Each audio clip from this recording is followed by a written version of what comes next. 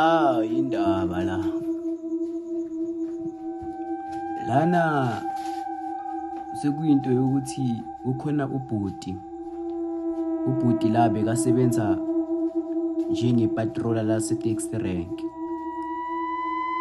Ubhuti umsebenzi wakhe makasho uthi bekuvala irank ukumake sure ukuthi ngo-10 o'clock irank liyavala. Uyazi ukuthi ngo-10 o'clock irank liyavala, akunateksi elingenayo, akunateksi eliphumayo. Hayi, makaceda ukuvala vele ngo-10 ayenze ama-round wakhe vele ukubheka ukuthi ayikho into wrong. Makaloku ayenza ama-round wakhe, ezwe kukhona umsindo weteksi edumayo. Azibuza ukuthi kanjani ukuduma liphi iteksi kanjani ngoba akusena teksi eliphumayo esikhathini samanje. Kuvaliwe, akumelanga kube khona iteksi elingenayo noma iteksi eliphumayo.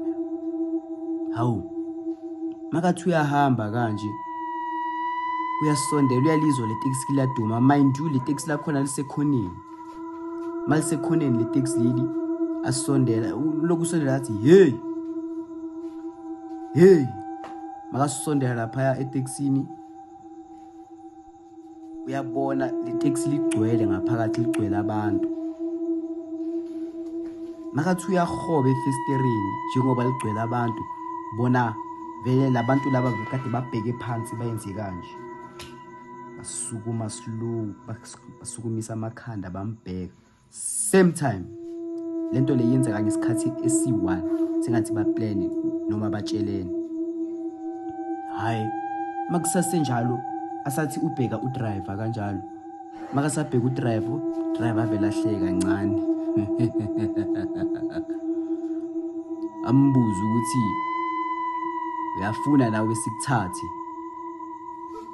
Hayi, ubhuti athuke ahlehlele emuva, lokho ahlehlele emuva. Baleka ubhuti. Ekseni uhlangana nomama, uyambuza umtshela ngento yenzakile la khona lapha erenkini makolo ka patrol ebusuku. Yena lo mama amtshela ukuthi lelo taxi lelo kwavela ingozi, which is i-car accident.